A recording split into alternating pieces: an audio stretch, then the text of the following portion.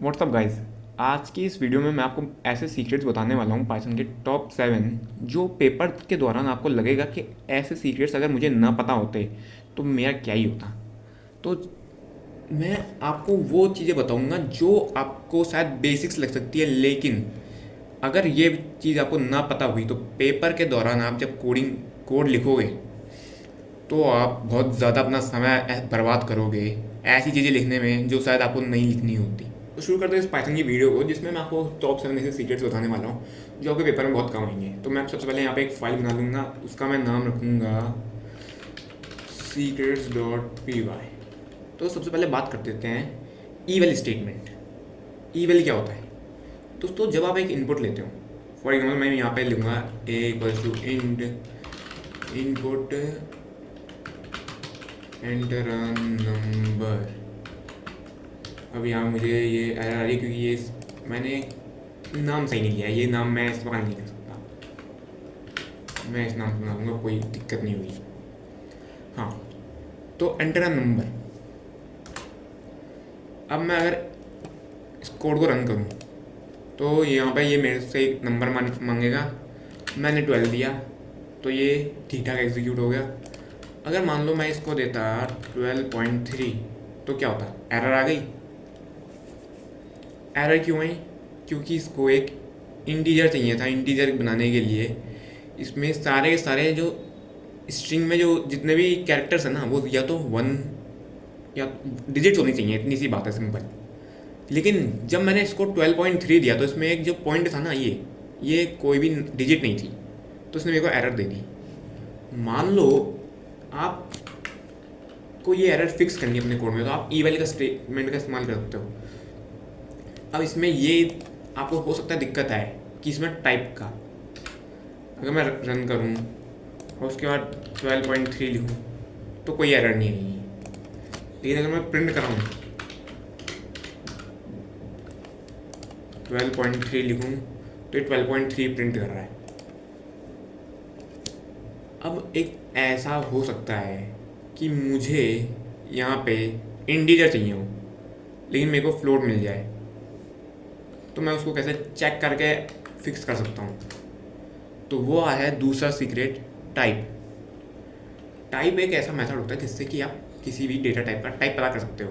और is instance मैं उसका इस्तेमाल करके आपको दिखाता हूँ। प्रिंट टाइप ए, इससे आपको इसका टाइप पता चल जाएगा। अगर मैं यहाँ पे लिखूँगा 12 तो यहाँ पे बोलेगा क्लास इंट, यानी कि एक इंटीजर है। लेकिन अगर मैं इसे दोबारा से रन करूँगा, यहाँ पे मैं 12.3 दूँ तो ये बोलेगा फ्लोट है ये। और इसको फिक्स करने के लिए हम क्या कर सकते हैं? अगर मान लो हमें यूज़र को बताना है कि आपको एक इंटीजर देना है और आप एक फ्लोट दे रहे हो या फिर कोई भी और चीज़ दे रहे हो, तो हम उसको ये बात कैसे बता सकते हैं कोड लिख के? तो मैं यहाँ पे दूंगा if not is instance A int. मैं बस जो कर रहा हूँ वो देखते जाओ और मैं आपको समझा दूंगा। प्रिंट या फिर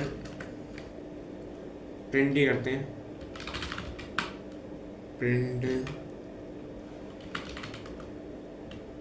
type is not valid, expected int got type A. और यहाँ पे हम एक एग्जिट नाम का ये इस्तेमाल कर लेंगे।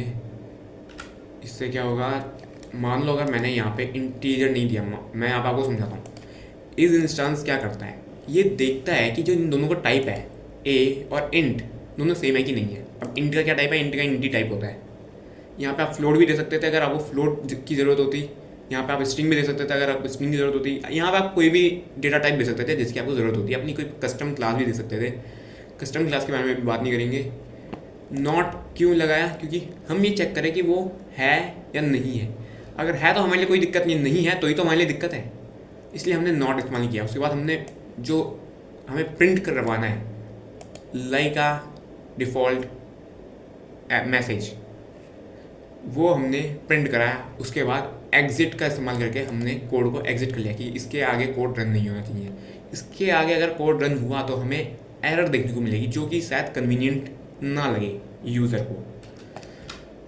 तो ये क्या कर दिया मैंने, तो इसको रन करेंगे, 12.3 देंगे तो ये मेरे को बताएगा type is not valid, expected int got last float. तो ये एक बहुत ही कन्वीनियंट तरीका होता है अपने कोड को एक ह्यूमन रीडेबल बनाने का। मतलब कोई भी उसका आउटपुट देख के ये समझ जाए कि मैंने क्या गलती करी है इनपुट देते वक्त। तो जो अगला सीक्रेट है उसके बारे में बात करते हैं, वो है एंड और सैप।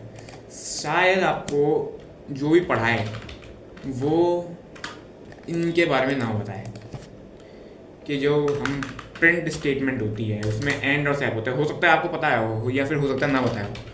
जैसे मान लो मैं यहाँ पे लिखूँ हेलो, यहाँ पे लिख दूँ वर्ल्ड, यहाँ पे ये लिख दूँ, उसके बाद मैं यहाँ पे एंड लगा के लिख दूँ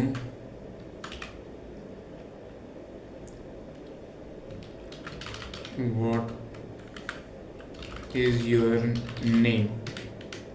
तो यहाँ पे क्या प्रिंट होगा, सबसे पहले तो यहाँ पे हेलो प्रिंट हुआ, उसके बाद एक स्पेस आया, वर्ल्ड प्रिंट हुआ, उसके बाद एक स्पेस आया, यहाँ पे फिर प्रिंट हुआ ये एक्सक्लेमेशन मार्क, उसके बाद what's your name as it is print हो गया।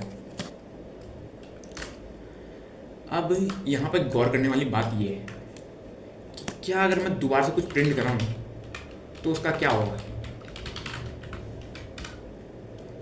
तो देखा यहाँ पे अगली लाइन से शुरू नहीं हुआ, ये यहीं से शुरू हो गया। क्यों? क्योंकि यहाँ पे नेक्स्ट लाइन हमने नहीं दी। नेक्स्ट लाइन के लिए आप इसका इस्तेमाल करते हो।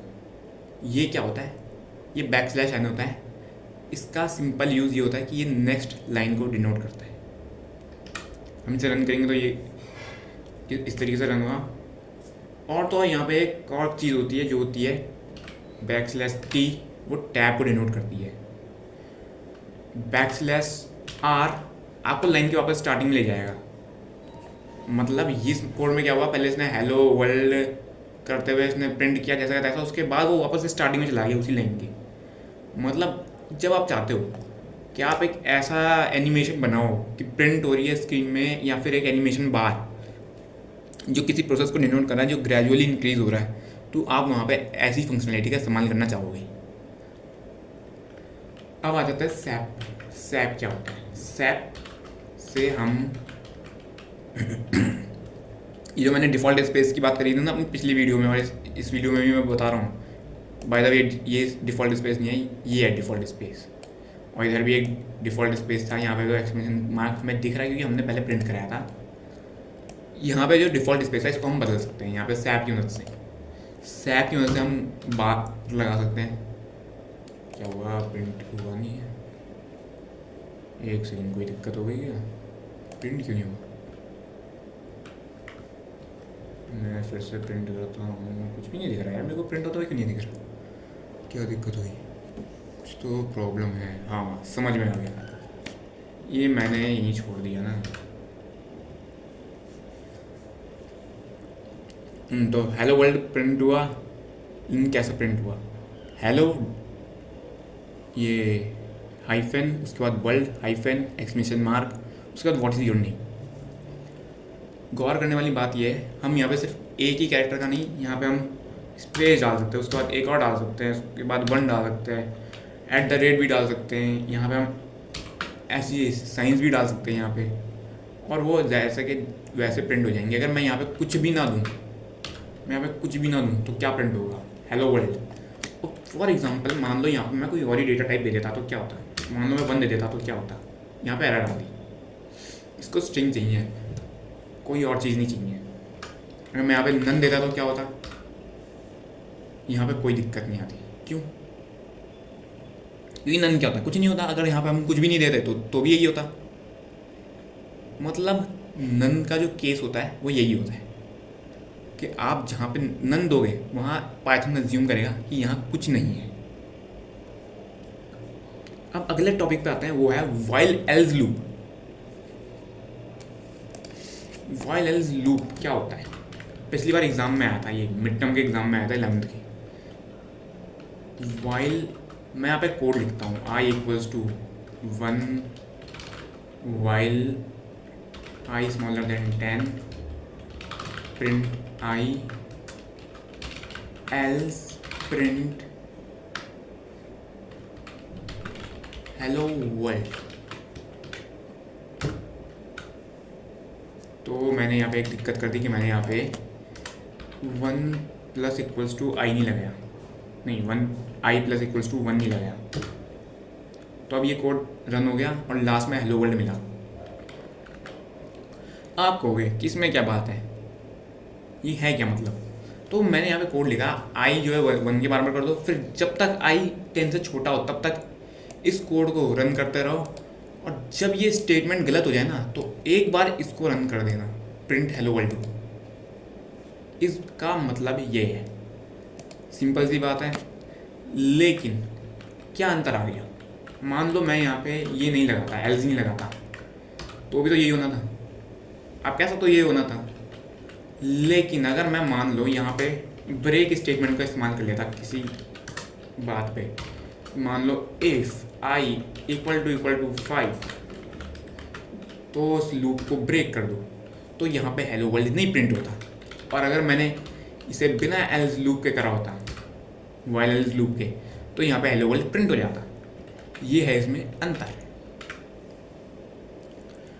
अब आता है मैक्स और मिन, इनका क्या लेना देना होता है? तो आपको पूछा जा सकता है पेपर में कि 2 नंबर का इनपुट लो और उनमें से एक मैक्स वैल्यू एक मिनिमम वैल्यू प्रिंट करवाओ। आपको कैसे पता चलेगा? यहाँ पे वैसे तो इतना सिंपल सा सवाल शायद आपसे ना पूछें, लेकिन मान लो आपको ये फंक्शनैलिटी यूज़ करनी हो, स्कूल में आपका पेपर चल रहा है, आपको कोड लिखना है, वहाँ पे आप क्या 3-4 लाइन का कोड लिखोगे?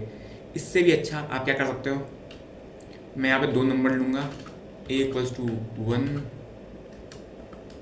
और b इक्वल्स टू 2, सिंपल सा 2 नंबर ले लिए मैंने। उसका मैं प्रिंट करवाऊँगा मैक्स a कॉमा b, तो यहाँ पर 2 प्रिंट हो गया। मैं यहाँ पर और भी दे सकता था, मैं यहाँ पे सिर्फ 2 नहीं, मैं यहाँ 3 भी दे सकता, 4 भी दे सकता, 5 भी दे सकता था, मतलब मैं ज़्यादा नंबर्स भी दे सकता था, मैं 1 2 3 भी दे सकता था। तो जो सबसे बड़ा नंबर होता ना वो प्रिंट हो जाता। और सिर्फ इसकी एक और ख़ास बात ये है कि इसमें सिर्फ हम ऐसे कॉमा डाल के नहीं, हम इसमें लिस्ट भी दे सकते हैं। हमारे पास लिस्ट है, हम लिस्ट दे सकते हैं, हमारे पास टपल है, हम टपल दे सकते हैं। ये VS कोड की एक दिक्कत है, इसमें टेम्प कोड रनर नाम की फाइल बना देता है अजीब सी, लेकिन उस पर ध्यान नहीं देना चाहिए। मुद्दे की बात है, टपल भी इस्तेमाल कर लेता है और साथ ही साथ ये सेट भी इस्तेमाल करता है। आप यहाँ पे इसे कोई सा भी आइट्रेटेबल सीक्वेंस दे सकते हो, यानी कि जिसका आप एलिमेंट्स को एक एक करके एक्सेस कर सको।